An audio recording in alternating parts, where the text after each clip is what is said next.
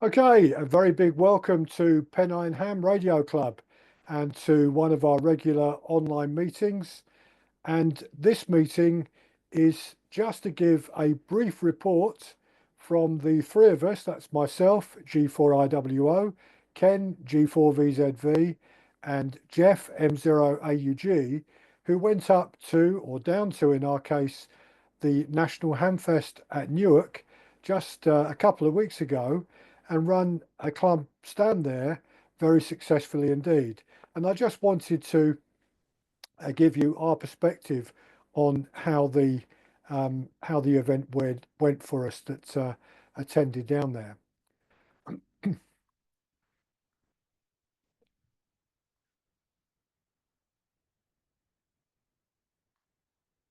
Right. Can someone tell me whether the slide has moved on to the next slide?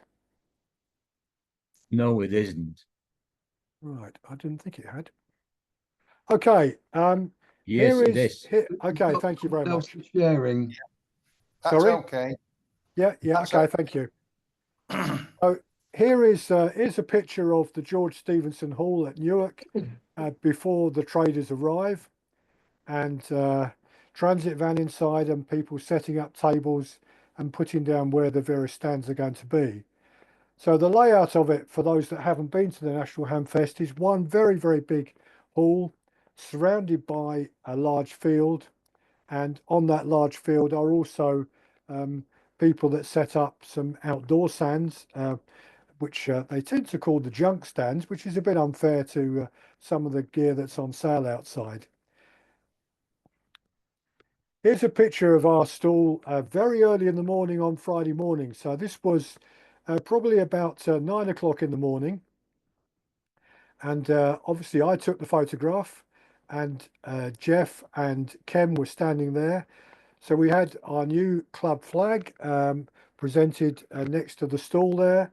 We had a video screen, and in fact the video was showing the contacts that Paul M0AIA made operating MX0KSU, the club call, from West Nab, literally the day after Ofcom gave us the club call license. As you can see, we ran a club raffle as well. So just before the event opened, I went around and ran around the hall and did a quick video around the hall. So I'm just going to play that. And if you just don't mind 1 second. Right, there was a reason why I did that, and it will come clear in a second.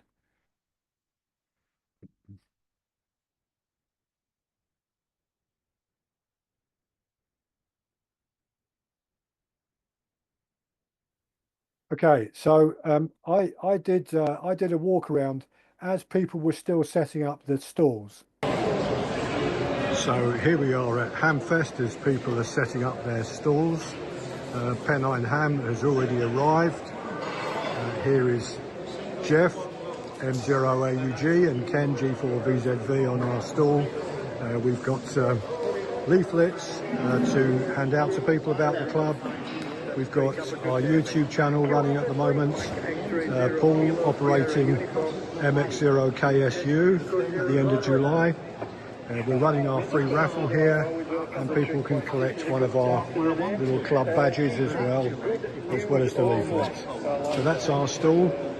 We're next to the Royal Air Force Amateur Radio Society. They haven't arrived yet, and also the British Amateur Television Club. Over here is one of the biggest traders, Martin Lynch and Sons, with their stall. They're running along the back there. The RSGB are going to be here. So this is their stand where the RSGB have got their information. QSL Bureau. And then going further down. So it's quite nice being here before it starts, just to have a look at it when it's completely empty. Radio World in the background, one of the big radio amateur dealers in the UK, and then we've got various other traders here. Teletonic, often see their advertising for their signal generators and so on that they're selling. The company that makes DX covers. We've got some antennas over here. There's other bits of kit, so it's very nice to be here but before it's opened and just have a little wander around and see what people are doing. Some of the old vintage stuff here, some of the old radios people probably enjoy, some old telephones from the UK as well. So you're going to have to be very careful not to start spending too much money when you come here. And then outside, of course, we've got also people outside on stands outside. Thankfully, the rain has actually stopped today. It's not raining as it was.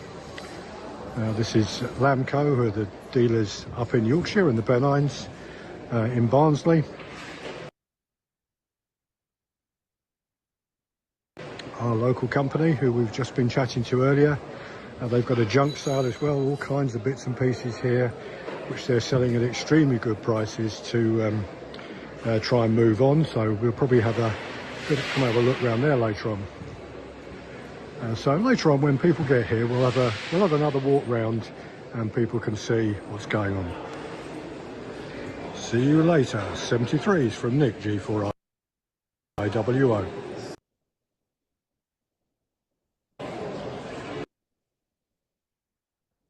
Yeah, outside, just coming back to my view on it, is a lovely area. You're greeted as you walk up from where the car park area is towards the main hall, where there's a number of people who set up special event stations, some of the local amateur radio groups in and around Newark and Cambridge and so on, Lincoln.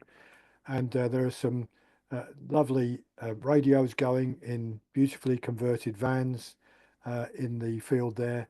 And here's 3 of the antennas, an HF rotatable dipole and a 3-element HF Yagi. Outside is what I was describing as the junk stalls. So again, this is early in the morning before it's really opened up. And if you look over to the right hand side, that very well looks like that's Gerald, G3SDY. In fact, Gerald, if you ever watch this and see this and see me saying that's you, that might not be you, but I did go out later on to chat to you, and that was the person I thought he was in the picture there, but I may have got that wrong. If it wasn't you there, you were a bit further up with a stall, doing a cracking job, selling bits and pieces. Just another picture of outside. As I said, luckily on the way down for Ken, Geoff and myself, it was absolutely terrible wind and rain, driving rain on the motorway to get down to Newark. When we arrived, it had stopped raining.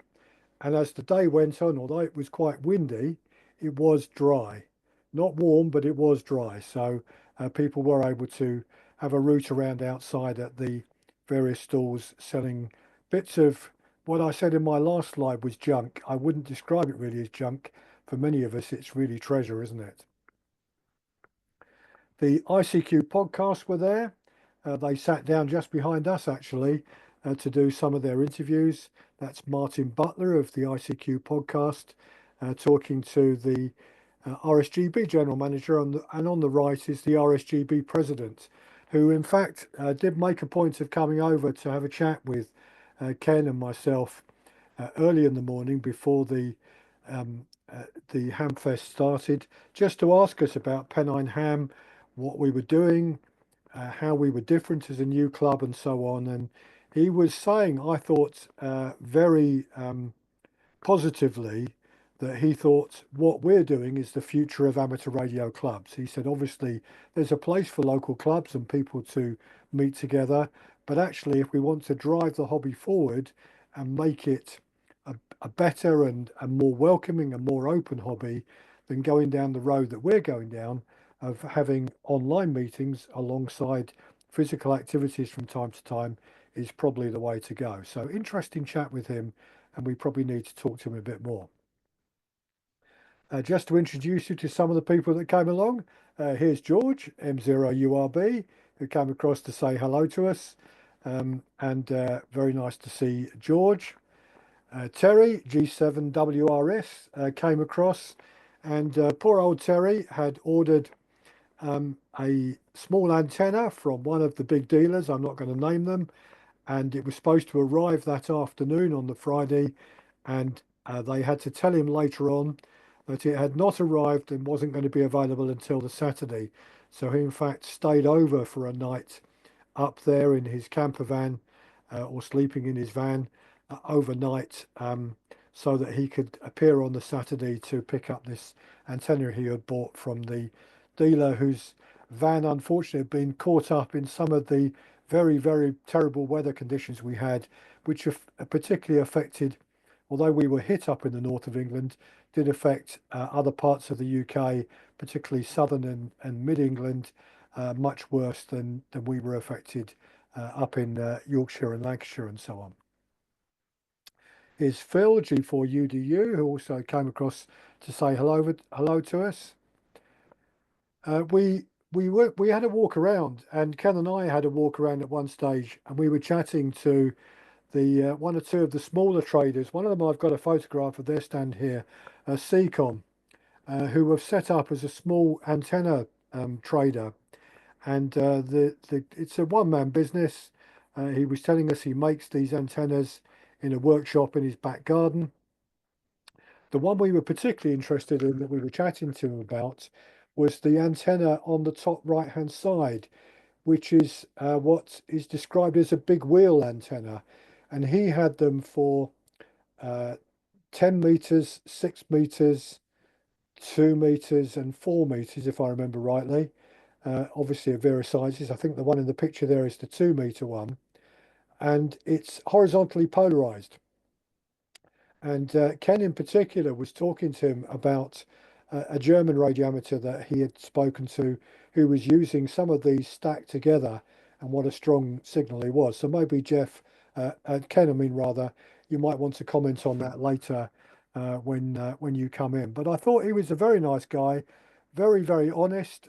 He does data sheets and does proper calculations on the achievements of his antennas, and he was very honest with us about what he thought about some of the antennas.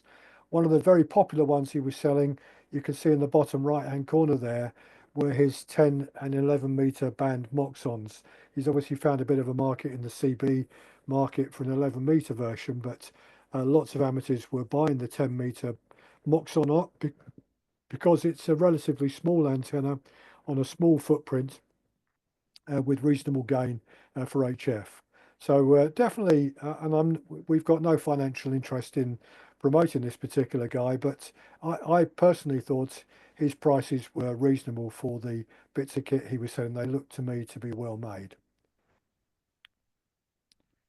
On the way out, that's the view. So that picture of those antennas I took, as you walk down the road, you can see the vans with those antennas in the field there. And we didn't get across to talk to them, but I do want to take the opportunity really of giving my apologies to those members who came across. I know Phil, G4DCI, was one of those. I think Henry, M0ZAE, was another who did come across and said hello to us, or other people were saying hello to us on behalf of others that weren't going to be there on the Friday, but were going to be there on the Saturday. So my apologies if I missed you out in the rogues gallery of the few photographs I took when I was up there. What's my view of Hamfest? I enjoyed it. It's the first time I've been since 2018. We were out of the country in 2019 when the Hamfest was on that year. And then, of course, we had COVID hit, and it was unable to run due to the COVID restrictions that were running. And then, unfortunately, it was due to be held last year, but there was a problem with the venue that had been booked, and they were unable to go ahead with it in 2023. So this was the first year for many people. I did enjoy it. I did enjoy looking around the big stands. I enjoyed looking at the ICOM stand in particular. They had a display version of the new radio that's coming out, the ICOM 7760, with its a linear amplifier, the PW2 linear. And the ICOM 7760 is an interesting construction because they've got a radio in a box, in a big black box, similar to, a pretty large radio, but it's got no controls on it, and you can situate that wherever you like in the shack and connect to the front panel, which I would say is about twice the size of an ICOM 705, that's got all the controls for the 7760 on it. And you can also run it over a broadband connection at home. And I believe it's going to be possible to run it remotely as well. It probably will be, as other ICOM equipment can be run fairly straightforwardly remotely, particularly using the SDR control software that's been made available. So I thought it was very interesting, although the price of the new ICOM 7760 for a standard HF radio with two completely independent receivers in it, and obviously super quality, was going to be astonishing. Something like, I think, £5,600 for the radio. Enormous amount of money. And I didn't see a price for the linear. So you can bet your bottom dollar this 1.5 kilowatt linear is going to be exceedingly expensive as well. They look lovely. And the same's true on the Yaesu stand that I had a look at as well. The Yaesu FTDX 101D looks like a beautiful radio, but again is not a cheap piece of equipment, and I suspect it's going to be out of the range of most of us for the foreseeable future. But they're lovely to see, and I'm sure when we go down to places like Bletchley Park and operate GB3RS, go in the National Radio Centre, we'll see those type of radios in location there and enjoy looking at them, and enjoy, if we get the opportunity, having taken our licenses, operating them as well. So I thought that was interesting. Some of the dealers were very, very busy selling, so particularly Martin Lynch, particularly Radio World, and Lamco from Yorkshire. They were quite busy. Moonraker again had an empty stand, but with taking orders up there, which is, a strange thing. So my view on it was numbers were much lower than I remembered when I last went 6 years ago in 2018. Stands were not as busy, and there were quite a few missing faces there. So there were people I expected to see there that didn't have a stand this year, which was very sad. But on the other hand, I'm pretty sure everyone who went enjoyed it. I guess because it wasn't quite so busy, we were able to walk around quite a bit. And I have to say, I particularly enjoyed the chats that we had with people on the various on the stand during the day, where we had people coming over us. And at one stage, I could see I was chatting to a couple of people. Ken was doing the same. Geoff was doing the same.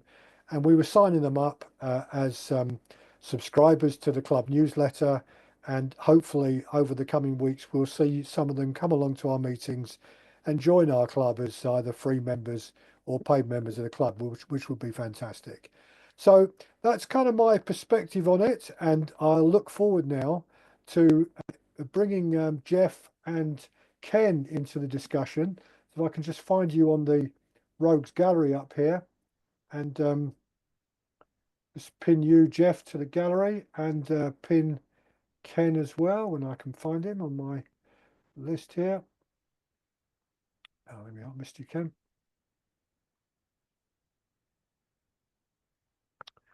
Okay, so Ken and Geoff, do you both want to unmute yourself? And I'll start with Geoff first of all, M0AUG. Geoff, what was your view of Hamfest, and did you enjoy it? Yeah, thanks, Nick. Yes, I did enjoy it, and apart from the COVID one and the one where it got screwed up on the bookings last year, I've been to every equivalent of the Hamfest since it was down at Granby Halls in Leicester, Yeah. and obviously then it went from Granby Halls over to Donington and down to Newark. So I've been to all of them. What I did find this year, there were certainly less people attending there. Maybe that was due to the fact that in previous years, people with caravans were able to go and park on the site there for the weekend. So whether those people, were prohibited from coming to the convention or come into the Hamfest because they weren't able to park the caravans there, I don't know. Certainly the area where Gerald was on the tables outside, they were much reduced, this area. What was particularly good was to see Radio World from the West Midlands coming back to us again. They'd not been there for a few years due to one or two reasons, and it was good to see Dave and family from there. I thought it was a very good show. We got a good response on the stand as well, and it was very enjoyable to actually talk to some of the people who are members of the club who we've only seen on screen.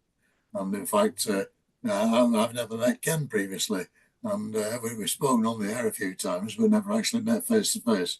So that was good as well. Maybe all for now, Nick. Thank you. Yeah, thank you, Geoff. Yeah, that last comment you made is quite an interesting one, because I said hello, for example, to George, who's in the room here tonight, M0URB, and we've never met in person before. But as soon as I saw him and I said hello to him, I immediately assumed I'd already met him previously. And Ken, you and I had the same experience a few years ago when we ran one of the field days, when Denby Dale were running the field days that we started just after COVID, and you came up there, and we've been chatting in the online meetings. And I think it was about 10 minutes into the conversation before I realised I'd never actually met you in person before. I'd only ever met you online. But I guess as radio amateurs, Ken, we're used to that all the time, because we're chatting to people whose call signs we know, whose voices we recognise, and we've never met many of those people ever in our lives, but we know them quite well. Over to you, Ken. Absolutely. Obviously it was great to meet everyone that turned up there, especially Geoff, because I'd not seen Geoff. And when members were walking towards where we were sat, we almost, with open arms greeted them. We spotted them as they were walking to the table. That included Phil as well, it was surprising just how many we met. Like Geoff has just said, there were a few that I think didn't turn up. A few big companies, if I can say, Waters and Stanton, and there was one of them. I didn't see there were no stalls for building kits. If you wanted to put a kit together, I didn't see any of that. You don't expect Nevada to come up from Portsmouth area, but that's another company that was missing, I thought. We met a few people who I've not seen before that were not even connected to the club. One of them is Callum from DX Commander, and a great guy to chat to. Obviously, he knows lots about antennas. I thought, just like Geoff has just said, I didn't think there were as many people attending on Friday this time. We were only there Friday, and with hindsight now, and as a suggestion, I think it would be good to be there both days. And also, if we can afford to do it, have two tables, so that we can really push the club. We did okay with one table, but I think if we had two tables would have been better. It was probably one of the best days out I've had for amateur radio. Firstly, for meeting everyone. I hadn't been to the Hamfest myself, because I think last year it was called off, and then we had the COVID not long before that, a few years, and I've missed out on the Hamfest. I really wanted to go. Yeah, I think fabulous that we met so many people and some foreign radio amateurs, especially from Cyprus. 5 Bravo 4 stations, met 2 of them. And I just thought it was overall a fabulous day, and cannot wait for the next one. Yeah, thank you, Ken. Yeah, I think Geoff and I would both agree with your observation that we should go again next year. I agree with you. We should probably have 2 tables rather than 1.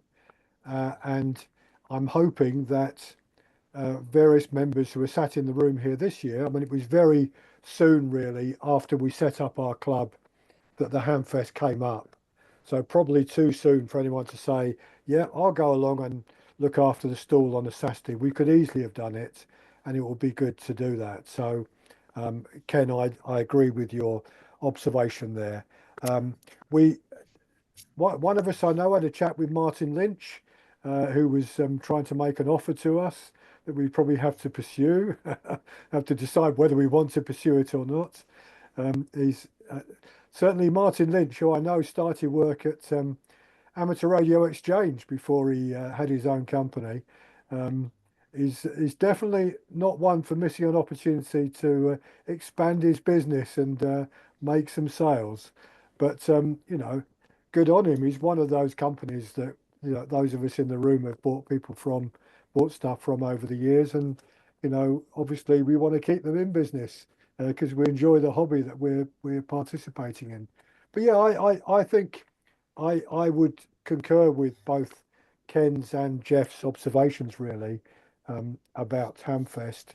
Apart from some of the foreign radio amateurs that we met, I had a lovely chat with a husband and wife, a couple of amateurs who live in a village about 2.5 miles away from me, who were complaining that you know, their local club doesn't really hold meetings that interest them, and I was trying to persuade them to become part of what we're doing, and hopefully they will take the plunge and have a look at an online meeting and see if it's for them, which would be lovely, because I suspect there are many, many hundreds or thousands of amateurs over the country who have either looked at local clubs in their localities and decided that what they're doing isn't for them, or they're unable to travel because of work commitments, because of transport commitments, and so on. And so the concept that we're following tonight of chatting between ourselves online is something that they may want to do as well. So those are the types of chats, didn't we, that we had, Ken, with people over that day, where people came across and asked us who we were, what we did. I mean, one of the opening questions a couple of people asked was, "Where do you hold your meetings?" So what did you say to that, Ken? Well, firstly, I said it's an online group, and that we cover, well, we weren't a local group, and that we'd got amateurs from all over the world, and we have. And well, maybe maybe I shouldn't have gone down this line, but I said, look, we're not in line with those that go down to the pub and have a chat, having pints of beer, and then actually the conversation goes off of radio onto something else. And everyone I spoke to agreed that wasn't what they wanted either. They wanted online. And like you said, Nick, well, look, it's the way forward. It's got to be, because, well, at this rate, the pubs are shutting anyway. So there'll be no radio clubs going to pubs. But I think it is the way forward. I think what we've got to do in overall terms now, we've got to encompass everybody from the different parts of the world. We've got to do something between us where we have like not open days, but days where we're on the air, whether it's HF or VHF. We've maybe even, I don't know, maybe even consider a a trip to Friedrichshafen. Yeah, Geoff, do you want to add anything to Ken's comments there?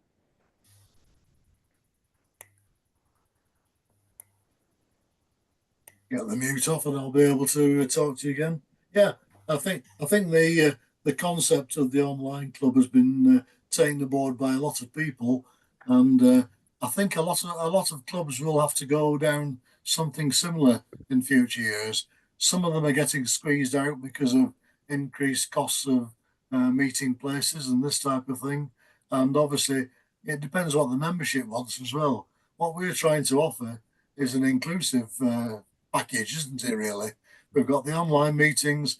We're hoping to do things like Parks on the Air, Summits on the Air, online events where we can actually go out on some field days and people can work in, like the ones that you did up in Holmfirth not long ago. And these are the sort of things I think that are going to come in vogue in the future. I'm a member of a number of other radio clubs in the area. We've got problems with either membership or moving away from the old tradition, or even problems with premises coming along in one of the clubs. And I think the Pennine Ham Club is obviously pioneering the way. And I think this was endorsed by the conversation we had with John, who's the president of the RSGB, who could see this happening countrywide. Back to you, Nick. Yeah, thank you, Geoff, and thank you, Ken, as well, for your comments there. I think people in the meeting tonight can get a feel from us of different views. One of the things we have got to do tonight, by the way, and I've got a way of doing this online, but I have to do it in two parts, is that we've now got 112 subscribers to our newsletter. So a lot more people subscribed, signed up when they came across our stall. And so they got the emails that you got this week as well. I sent a specific one as well to the people that subscribed at the National Hamfest, as well as the general one that everyone else got about the two meetings we've got this month, this week's and next week's. But we did agree we were going to run a raffle. And what I found, and I'm just going to do this very quickly, and that you'll see why I have to do it in parts in a second. What I found was a random number generator to run this raffle.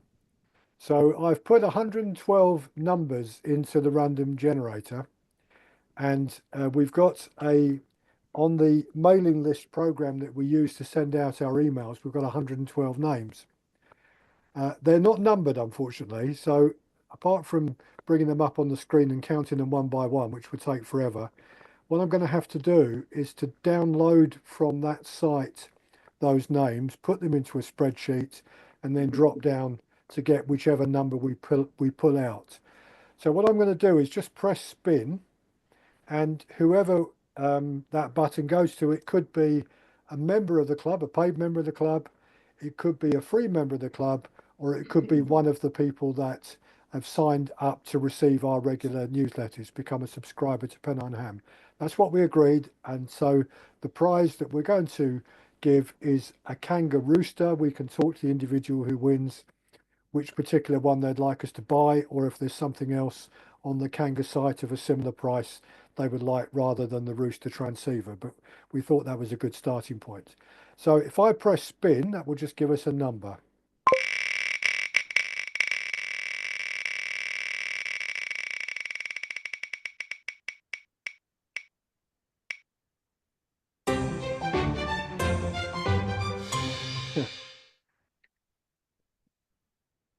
Okay, so number 10 is the winner. Well, that's actually quite easy for me because I can while I hand the meeting over to the floor for people to ask any questions or make any comments. And if you were down at the Hamfest, you want to add to the comments that we've made here, I'll bring up the MailChimp program we use for sending out our newsletter, and I can announce on the meeting before we close it who is the winner at number 10 on the list there. That was, as you can see, generated by a random number generator. I'm trusting that's what it's done. So I'm going to pass the microphone over to the first person, and while that individual's talking, I'll just bring up the club website and discover the who is number 10. So who wants to go first? Yes, Roger. Yeah, Geoff, I just wondered when you went to the Hamfest and you met well, several people for the first time, I presume, when you met Ken for the first time. Was it a surprise to find he's only 4 foot tall? Sorry, say again, please, Roger. Sorry, I must have been sorry. When you met Ken for the first time, I wonder, was it a surprise to find he's only 4 foot tall? Not quite true. Yeah. It was great to meet Ken because we've spoken many times on the radio, and it was really good to actually meet him in the flesh, so to speak. We had the three of us had a really good day together, Roger. Thank you. Yeah, no, it seems like a really weird thing, doesn't it? But I'm glad you said that, because the when you meet people virtually and you only see the the head or the top half or whatever, it seems different, but you're very familiar very quickly, isn't it? You're right. That's what I've had that before as well. So yeah, it was just as if we'd known each other for years. It was very surreal, really. Excellent. Okay, before we get the next question, I can announce the winner of the first ever virtual club raffle we've run in Pennine Ham. And the winner is actually a club member, and it's Michael EI6JMB. You've won the prize. Well done. Are you joking? I'm not joking at all. I've literally just gone through the list, and you come up at number 10 on the list there. Oh my God.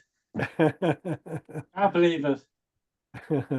So look, offline, you can have a chat with us about, go and have a look at the Kanga website. We're happy to buy you from the club a Kanga Rooster kit to build your own transceiver. The surface mount devices are already installed on the board, and there's not too many components to put on.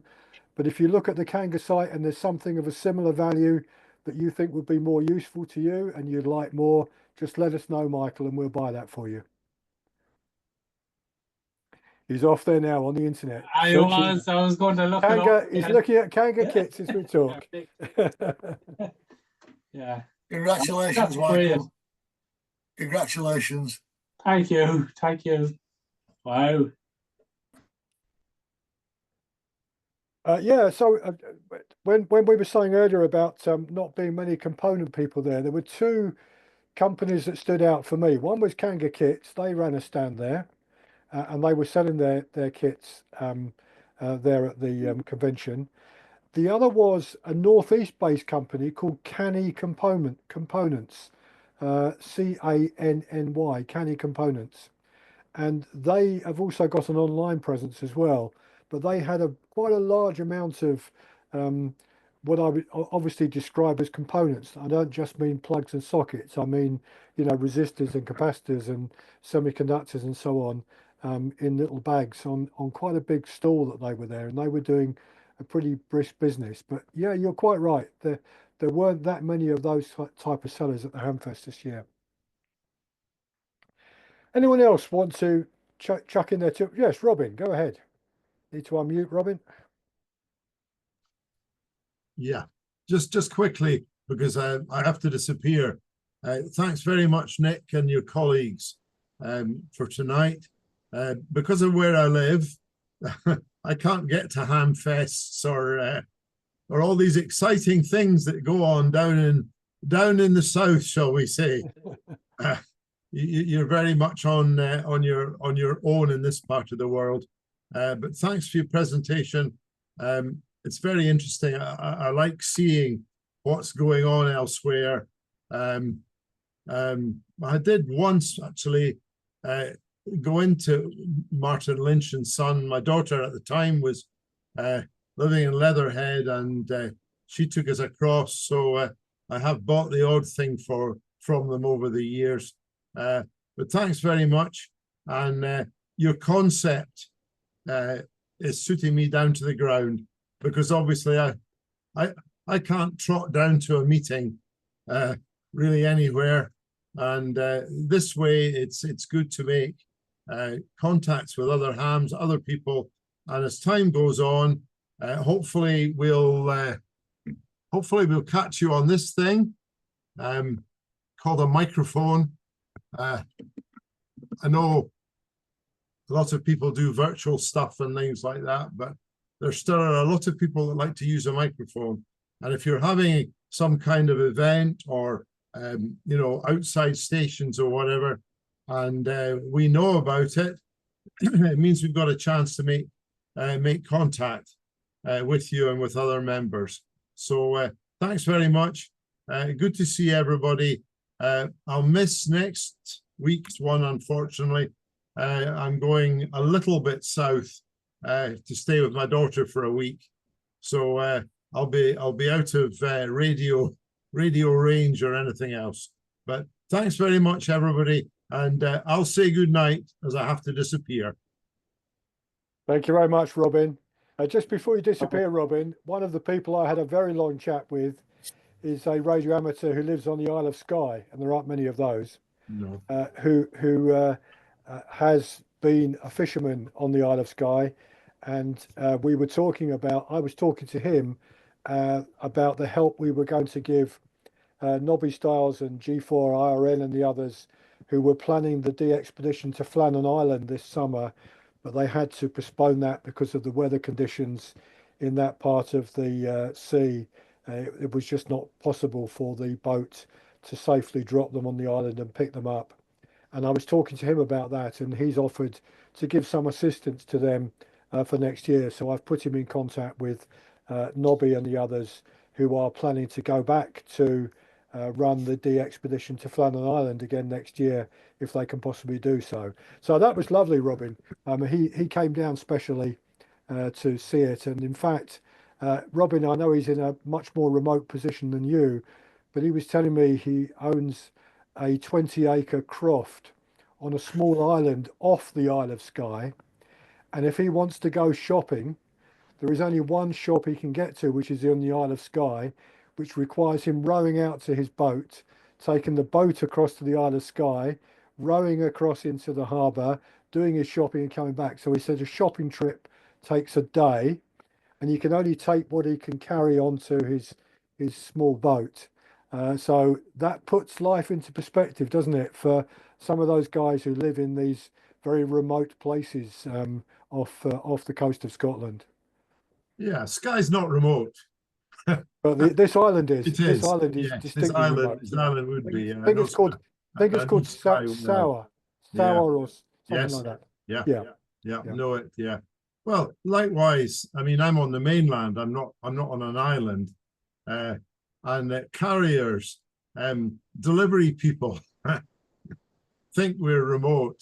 Well, some do, and they want to charge £60 to deliver something fairly small, whereas the postal service, if it keeps going, you know, will deliver it for a few pounds. But the same applies to me. If I can be any help to anybody, I mean, a lot of people seem to come to John O'Groats. I don't know why, but the NC 500 is the bane of our lives now up in the north. We used to do a lot of mobile work and things, which doesn't happen in the summer anymore because there's nowhere to park.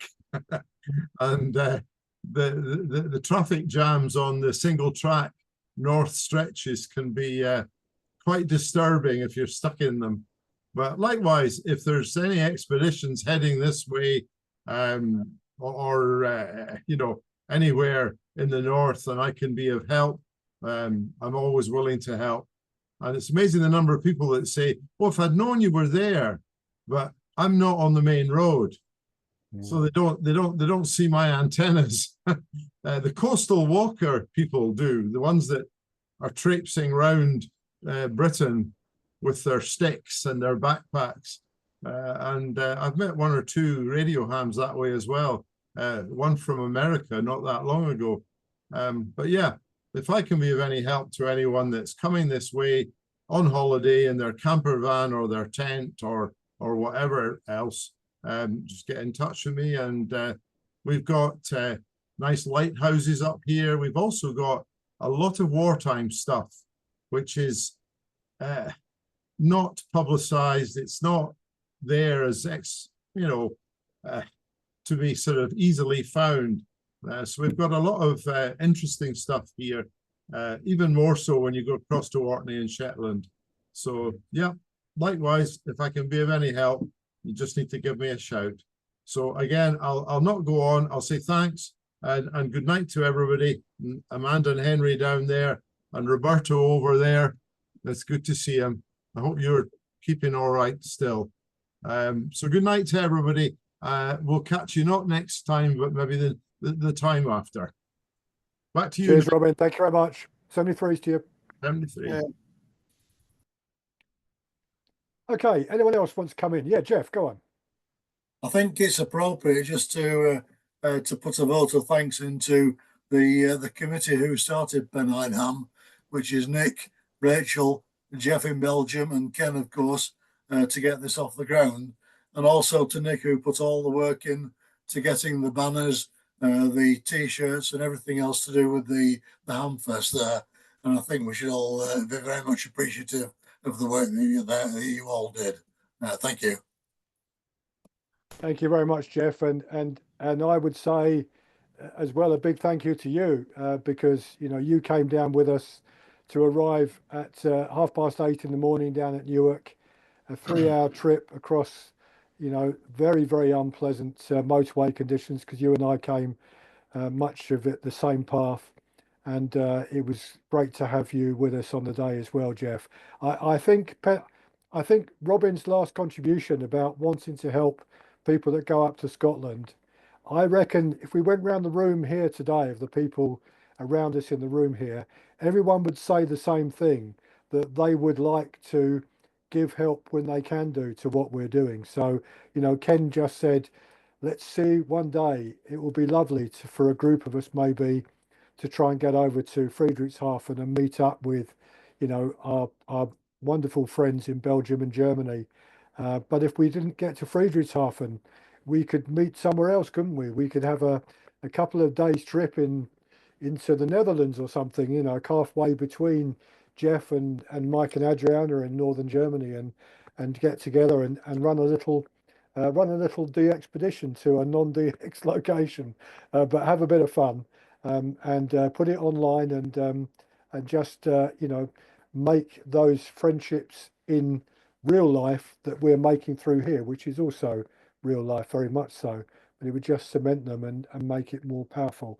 And I know someone in the club did say that they were keen on running a de-expedition to one of the Scottish islands, like the Orkneys or Shetland Islands. And Robin, who's now left us, is definitely one of those people we would need to go to chat about that, along with our new friend we made who lives in one of these remote locations off the Isle of Skye, who incidentally told me that he did inquire about see if he could get a helicopter to deliver his shopping regularly to him.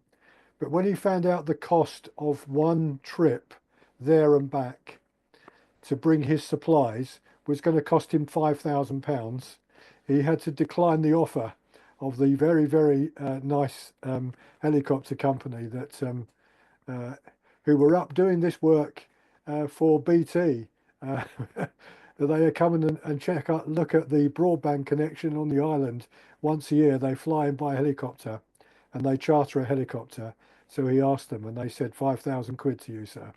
But anyway, anyone else want to make a comment about Hamfest, or have we done that discussion? Yeah, there we go. Look, Henry, he's saying we've got a caravan site at the Bedford Club, a stone's throw from the convention. So, that would be lovely one year for more people to get down the convention and be able to stay somewhere a little bit more cheaply than maybe some of the hotels that are around at the moment. Even the cheap ones are a bit of a misnomer in Britain at the moment. You get better, I can say in this room to our friends in Belgium and Germany, in my experience, you get better value for your money in things like hotels in continental Europe, particularly France, Belgium, and Germany, than you do in the UK. That's for sure. And that's life for us. When I was there in 2016, I stayed in the Ibis Hotel in Lincoln, which was very good, I think. I really enjoyed that. And at a reasonable price, something like £60 or so. A really very good hotel. Yeah. Ibis and Lincoln. Yeah, the Ibis, as we Ibis, yeah, the Ibis. We say Ibis, but the Yeah. Ibis, Ibis. I mean, they're across Europe as well, aren't they? And Yeah. they are a reasonable quality and reasonable price chain hotel. So yeah, you had a good find there, Geoff. A very friendly staff, actually, very helpful. Good. I think George has got his hand up, Nick. Yeah, go on, George. Yeah. Yes, thank you. Yeah, just on Hamfest, it was, first of all, it was really good to meet you and Geoff and Ken in person. It was good to talk to you. And yeah, you mentioned it was, it felt like we had met before, and obviously we've only met online. But yeah, I felt the same way. It's just it felt like we had known each other before. So yeah, that was really good. And I think next year we should definitely look at having a stand on both days. You also mentioned Pete PSX from Essex Ham, and apparently he was up on Saturday, and he was asking me after the Hamfest. He was asking me, well, were you there? And I said, well, yes, I was there on Friday, but only on Friday. And turned out he was only down Saturday, so unfortunately I missed him, which is a shame because I had hoped to catch up with him. But yeah, and as far as traders are concerned, either Ken or Geoff mentioned that they were disappointed to not see Waters and Stanton or Nevada, but I think given that they're both now part of Moonraker, they've both been taken over by Moonraker or bought out by Moonraker. I think the company probably decided that they needed only one presence there. But I was also disappointed to see that they only had they were only fishing for addresses, and they didn't really have any new gear that they could sell. So that was disappointed. Also, I would have liked to see Sota beams. I've seen them at previous Hamfests when they were still run by Richard, but I don't think they've been in the last few years. But I think that would have been good, especially since obviously I got a lot of stuff that might be interesting to people who like to go out operating portable. And yes, finally, yeah, Frederikshavn I would like to go as well. Unfortunately, it clashes with a family event every year for me, so I'm not sure how I can make that work, but maybe one day I will do. So yeah.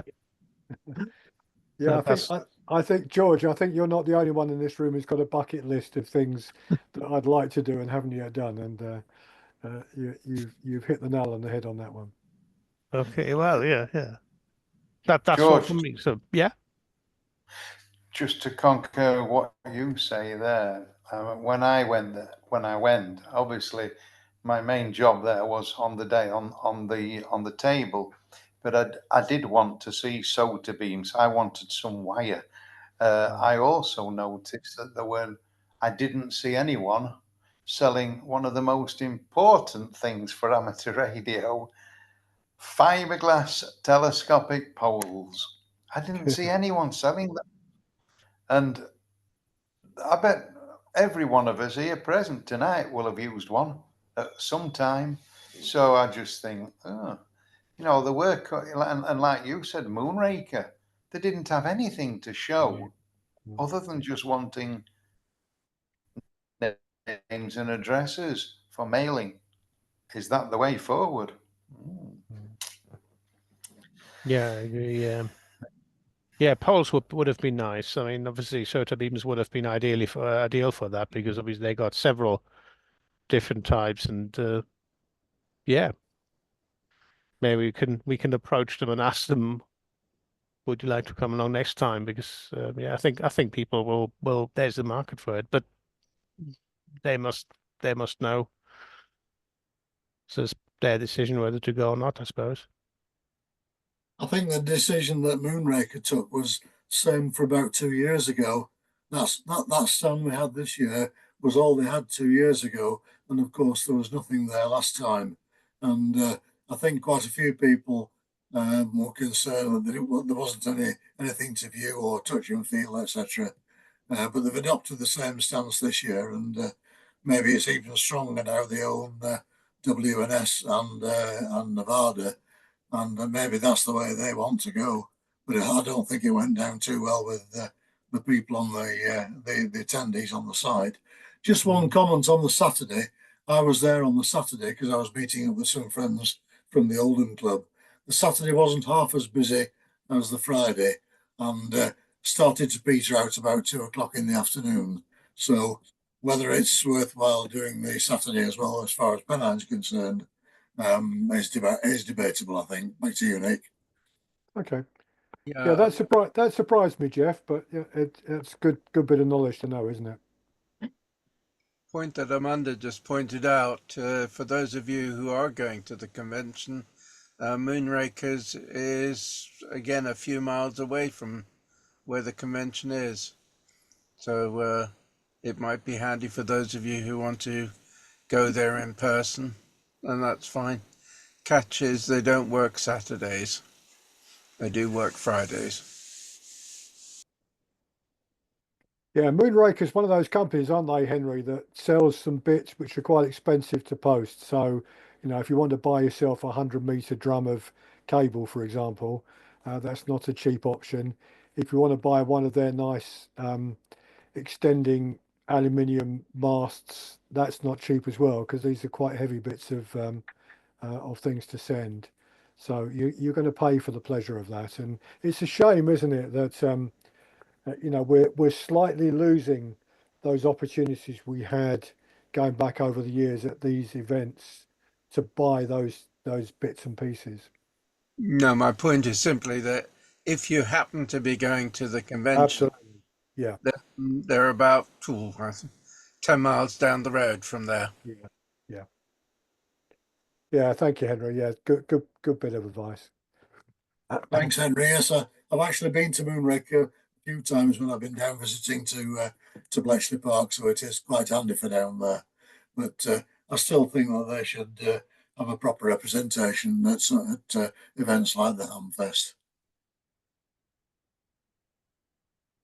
Yeah, I mean, it was good. I was pleased at the Hamfest that we had, the two very big dealers, ICOM and Yaesu, both had, reasonable size stands there, and they were showing off their beautiful, lovely, shiny bits of kit, which was good.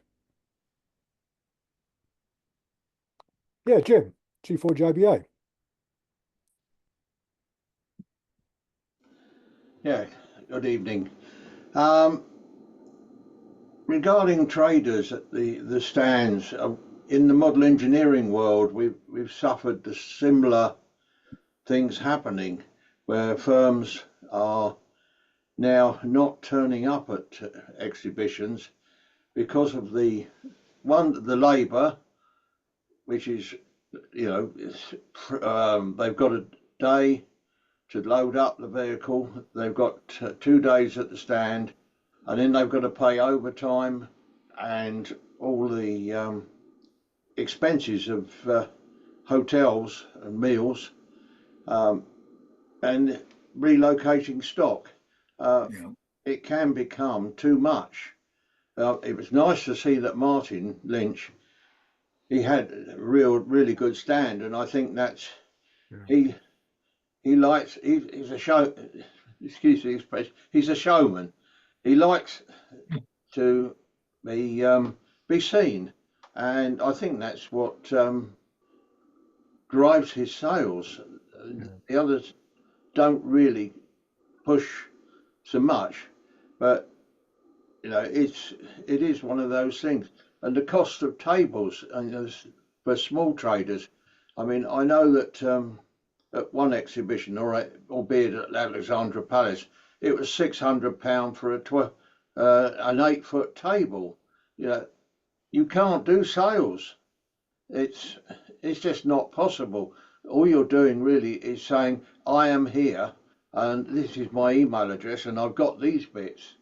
And it is really hard for small traders. I'm not sure what the costs at Newark are, but I should imagine that it costs a fair bit to rent that, and I'm not sure. Not been involved with it. That I'm not sure who actually organises it, whether it's a club or a commercial exhibition people. But that's my two penneth. So there we go. Yeah, I think Jim, the answer to that question is a bit of both, isn't it? It's I know the Lincoln Club has a role in this, but they also then, if you like, subcontract the running of the event itself to an outside company. Go on, Geoff. Speaking as the person who organised the Oldham Rally for many, many years, and we were lucky enough to have the support of Waterton, Stanton, Lamco and Radio World at our rally, because it was quite a decent sized one day event in the northwest of England. And the problem with the rallies used to be, as you quite rightly say, Jim, the cost of the venue started to increase, which meant that we had to pass on the cost to the traders. And for the smaller people, it just wasn't worth the while anymore. And then the venues got too greedy when we had to move the venue to another establishment, which didn't work out quite as well. But thankfully, we still had the support of the people I've just mentioned, W&S, Radio World and Lamco. And I'm very grateful to those people who supported us through the rally years, and in fact, with Lamco and Radio World in their early years. Yeah, thank you, Geoff. Yeah, you're right. And of course, the other factor that Jim didn't mention, but you alluded to, Geoff, of course, is the cost of travel there as well. You know, it's not cheap to drive around. Petrol and diesel has become extremely expensive, which is what most of the businesses are reliant upon still. And it's not cheap now to drive around the country. So, you know, we can't, we like to complain, don't we? But we like it both ways. It's lovely to be able to buy something online and get it at home in a couple of days at a very low cost, really sent to you.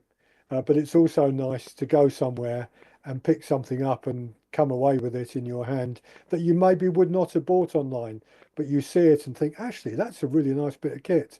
And I'd be tempted.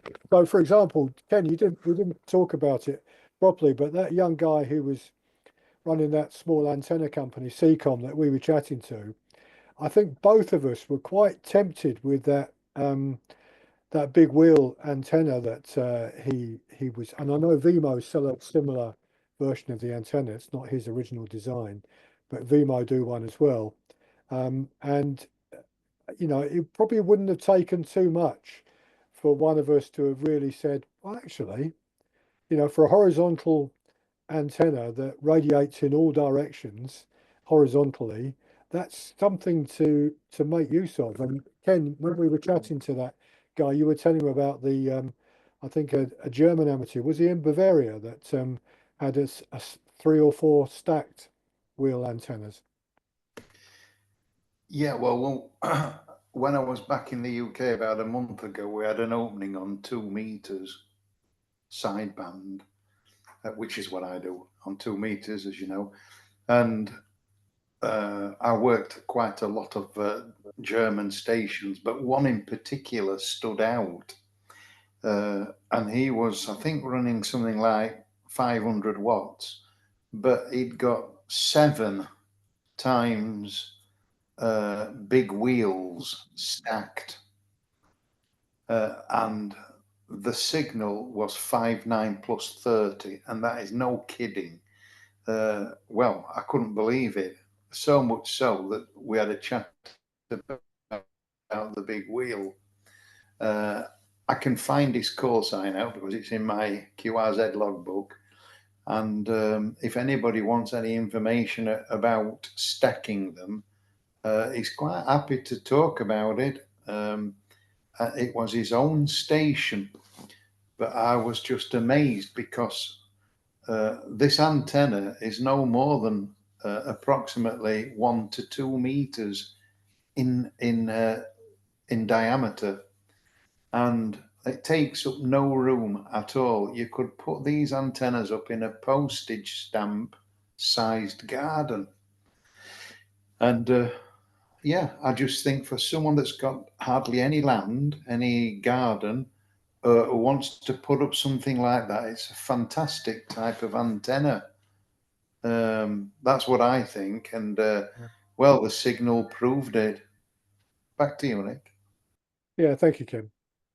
Yeah, so it's those type of interactions that you get with some of these smaller traders if they're there, and I agree with the observation. It was a shame that SOTA beams weren't there, but obviously they had to make a decision commercially for themselves, didn't they, about time and cost and so on, and what they would make out of being there. But you know, nevertheless, you know, we're the audience, aren't we? You know, it's people like those of us in the room that go to events like that, and obviously not everyone goes to all those events. It would be impossible for people to do that, but it's people like us that go, and you know, for us to go, there's got to be some added value to it, hasn't there? And I think there was, and I think there still is in the convention, but it's perhaps less than it was at one stage. Okay, if anyone else got any other comments on the National Hamfest? No, I just think it was a good idea, Nick, to do it, and it was a good opportunity to actually, from my point of view, meet Ken, and also when George came along to the stand as well. And it's a good thing that we've actually been able to meet in person for people who we've met, you know, on the Zoom meetings and this sort of thing as well. And also, Michael, I hope you're happy with whatever you choose on the rooster there. I'm sure Nick will sort that out for you. And just an admin note, I shan't be running the net tomorrow night on the D-Star because I've got an early start down to the convention down in Milton Keynes. So my good friend in Belgium, Geoff, Oscar November 8 November Tango, is running that. Back to you, Nick. Thank you. Yeah, thank you, Geoff. Okay, I'm gonna end the recording of our meeting on the Hamfest because I thought it was a lovely discussion. Thank you everyone for your comments and your views. I'm just going to end by saying I thoroughly enjoyed it. We had some lovely chats with radio amateurs that we met across the UK and one or two from outside the UK who took away our leaflets, took away our badges, took away our little business cards, and hopefully they come and look at our events and decide, yeah, we'll come along. So thank you, everybody. And we've got a meeting next week on Wednesday night where Bob, GM4DLG, who went off and ran his one-man D expedition down to New Zealand and some of the Pacific Islands with a view to operating DX using vertical antennas on the beach. The fiberglass poles that Ken didn't find at the rally, at the Hamfest, using those fiberglass poles to see if he could work DX from the beach. So we're going to hear about Bob's story next week. So looking forward to that. So I'm just going to end the recording. So thank you everyone for being with us this evening.